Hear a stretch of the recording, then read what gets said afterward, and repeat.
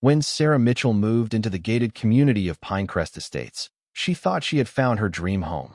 The neighborhood was picturesque, with tree-lined streets, perfectly manicured lawns, and a sense of tranquility that she had longed for. It was the perfect place to start fresh after a tumultuous divorce. The neighbors seemed friendly, and the community had a reputation for being safe and well-maintained. But Sarah soon discovered that Pinecrest Estates had a dark side, and it came in the form of a man named Victor Hargrove. Victor was the self-proclaimed security officer of the Pinecrest Homeowners Association, HOA. He wasn't an official employee, nor did he have any real authority, but that didn't stop him from acting like he was the law. He strutted around the neighborhood in a uniform that looked suspiciously like a police officer's, complete with a fake badge and a radio that crackled with static. He had a way of making everyone feel like they were under constant surveillance, and he took great pleasure in enforcing the HOA's rules. Or, more accurately, the rules he made up on the spot. Sarah's first encounter with Victor came just a few days after she moved in. She had parked her car in the driveway overnight, only to wake up to a warning notice taped to her windshield. "You can't park your car in the driveway overnight," Victor had barked at her when she confronted him. "It's against HOA rules." Sarah was taken aback. "It's my driveway," she replied, confused. "Since when is that against the rules?" Victor smirked, clearly enjoying the power trip. "Since I said so." That was just the beginning. Over the next few weeks, Sarah received a barrage of notices and fines for everything from the color of her curtains to the height of her grass. It was clear that Victor had it out for her, and she wasn't the only one. Other neighbors complained about his constant harassment, but no one dared to stand up to him. Victor had a way of making people feel small, and most residents were too tired or intimidated to fight back. But Sarah wasn't like most people. She had spent years dealing with her ex-husband's controlling behavior, and she wasn't about to let another bully push her around. She decided to keep a low profile for the time being, but she was determined to find a way to take Victor down. One evening, Sarah returned home after a long day at work to find her front door slightly ajar. Her heart raced as she pushed the door open and stepped inside. The living room was in disarray, the rug was askew, and there were muddy footprints on the hardwood floor. Someone had been in her house. She quickly scanned the room, her eyes darting from one corner to the next. Her TV was still there, her laptop was untouched, but something felt off. Then she saw it. The door to her safe, tucked away in her home office, was wide open. Sarah's stomach dropped as she rushed to the safe. Her cash was gone, along with important documents and some family heirlooms. Panic and fury surged through her in equal measure. Someone had broken into her home, violated her privacy, and stolen from her. But as she stared at the empty safe, she noticed something strange. The interior was coated in a thick, neon green substance that had exploded from within, splattering across the walls and dripping onto the floor. It looked like something out of a science fiction movie. Then it hit her, the paint trap. Months ago, Sarah had read about high-security safes used in banks that came equipped with built-in deterrents like dye packs. When tampered with, the packs would explode, covering the thief in a non-washable, brightly colored dye. She had installed a similar device in her safe as a precaution, never thinking she'd actually need it. A slow smile spread across her face. Whoever had broken into her safe was now covered in neon green paint that wouldn't come off. And Sarah had a pretty good idea who that someone was. Sarah sat in her dimly lit living room, her phone in hand, as she reviewed the security camera footage from earlier that day. Her heart pounded as she watched the intruder enter her home. It was Victor Hargrove. The footage showed Victor strutting into her house like he owned the place. He wasn't in a hurry. He took his time, scanning the room, examining her belongings with a smug, self-satisfied look on his face. It was as if he believed he had every right to be there. Sarah's blood boiled as she watched Victor make his way to her office. He knelt in front of the safe, pulled out a set of lockpicks, and began to work on the lock. His movements were smooth and practiced. This wasn't his first time breaking into someone's home. Then it happened. The safe door swung open, and a violent splash of neon green paint erupted from within, coating Victor from head to toe. He stumbled backward, flailing and coughing as the paint smeared across his face and clothes.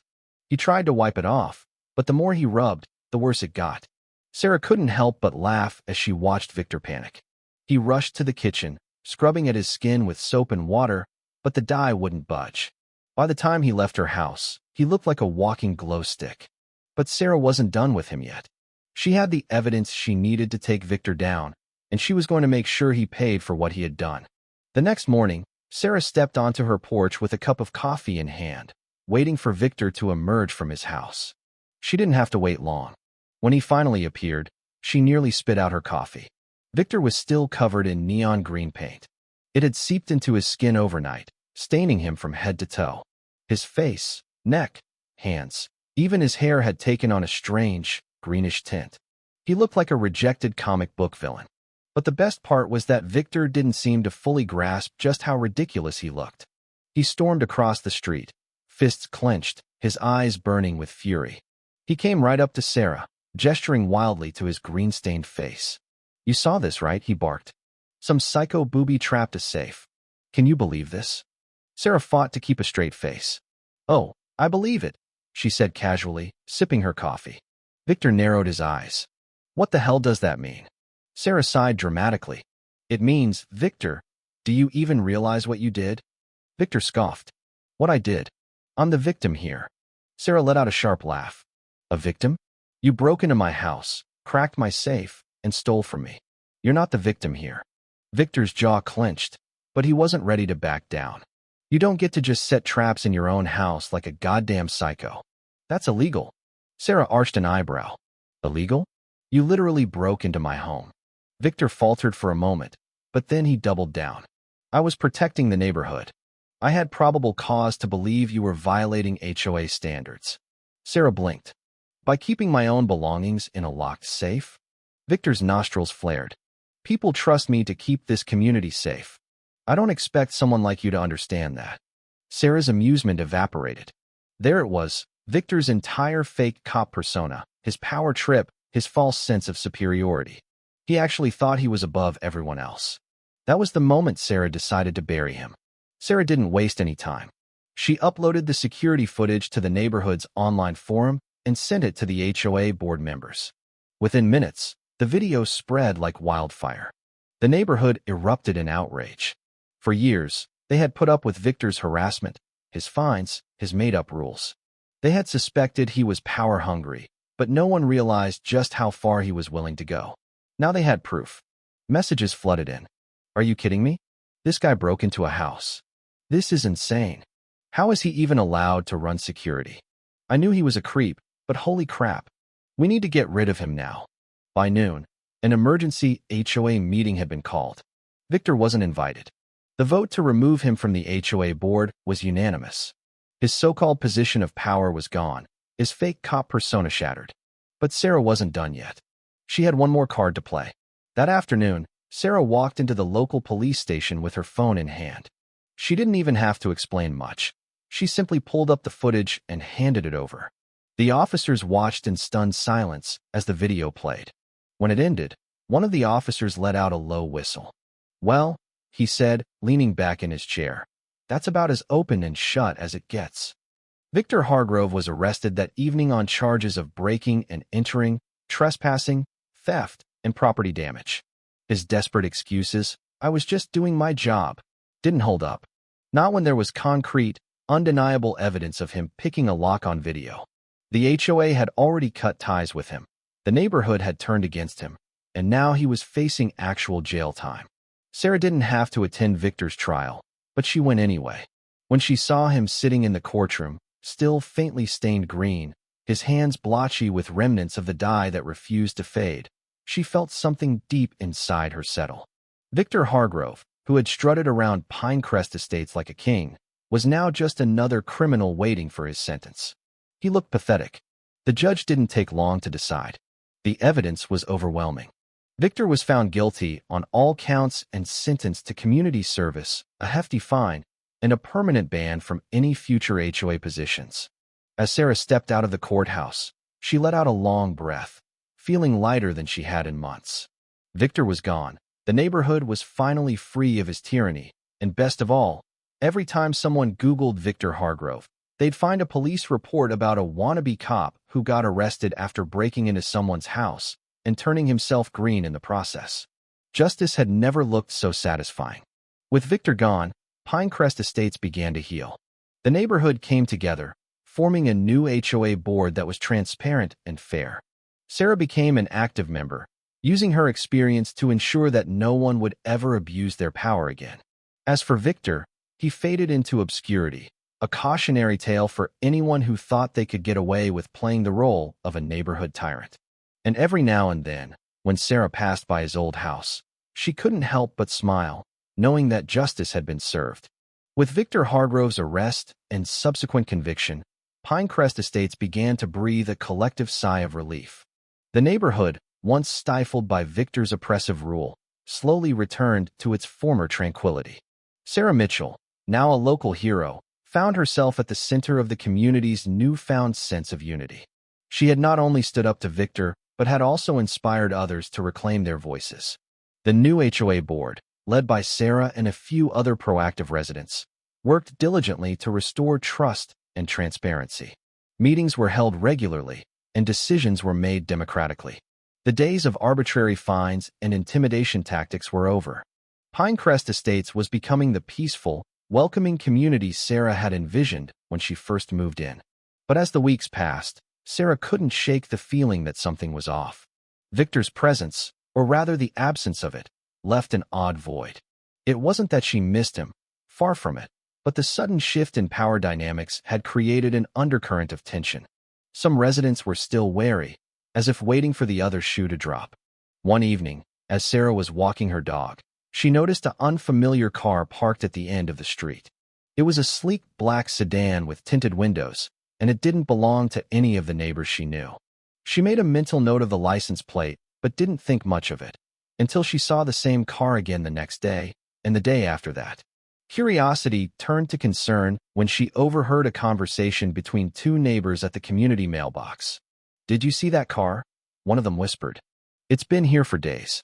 I think someone's watching us." "Maybe it's Victor," the other replied, her voice trembling. "What if he's out on bail? What if he's coming back?" Sarah's stomach churned at the thought.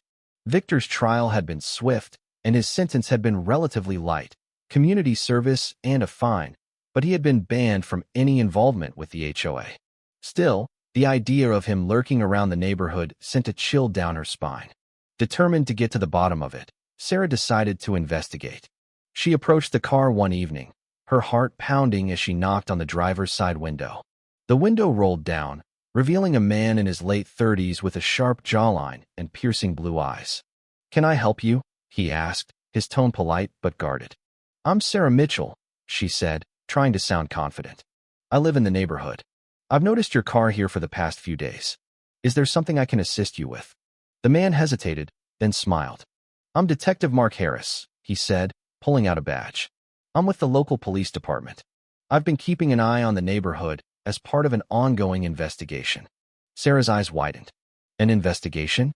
What kind of investigation?" Detective Harris glanced around before lowering his voice. "It's about Victor Hargrove. We've received information that he may be involved in a larger scheme, something that goes beyond his actions here in Pinecrest Estates." Sarah's mind raced as she processed the detective's words. Victor's reign of terror had been bad enough, but the idea that he was part of something bigger was unsettling. She agreed to meet with Detective Harris the following day to discuss the details. Over coffee at a nearby cafe, Harris explained that Victor had been under surveillance for months. The police suspected that he had been using his position in the HOA to extort money from residents, not just in Pinecrest Estates, but in other neighborhoods as well. They also believed he had ties to a local crime syndicate that specialized in home invasions and theft. "We've been building a case against him," Harris said, "but we need more evidence." "That's where you come in." Sarah frowned. "Me? What can I do?"